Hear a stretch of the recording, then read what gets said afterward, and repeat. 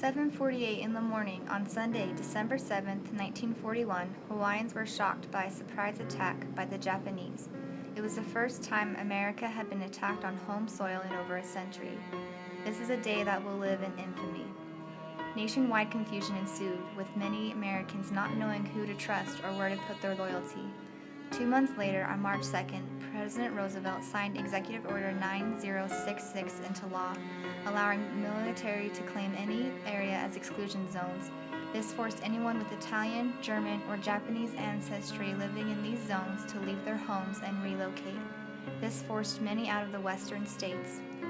On March 11th, a second order, Executive Order 9095, was signed into law, forcing Japanese Americans to forfeit property interests to the government. This left Japanese Americans with no home and no financial means to make a new one. Originally, American citizens banded with their Japanese American neighbors.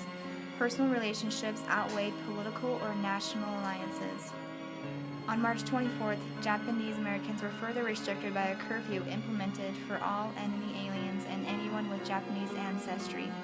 Under this curfew, Japanese Americans were forced to remain inside from 8 p.m. to 6 a.m. within military zones.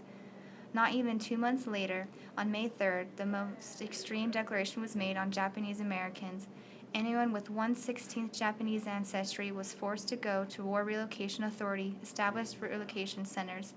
This eventually extended to those of Korean and Taiwanese ancestry also. By now, government decrees mixed with growing paranoia had created an intense prejudice against any person with Asian descent. Many small business owners used this prejudice as a chance to wipe out their Japanese American competition. Still, there were many who challenged the reasoning of these relocation camps, even warning they could collapse the economy in previously high concentrated Japanese American communities. Much of the opposition came to the actual conditions of these camps. Residents lived in houses of paper and tarp, with no plumbing or cooking facilities. They also experienced almost immediate overcrowding.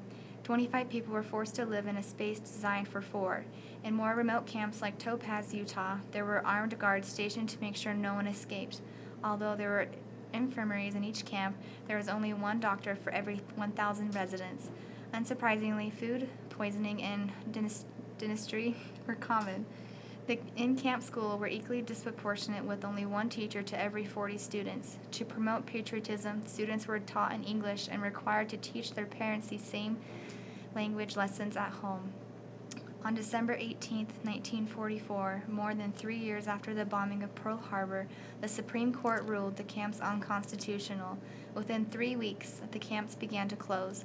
Many camp residents were forcibly repatriated to the countries of their ancestors. Others went of their own will. Many of the elderly camp residents and those with young children stayed in the camps because they had nowhere else to go.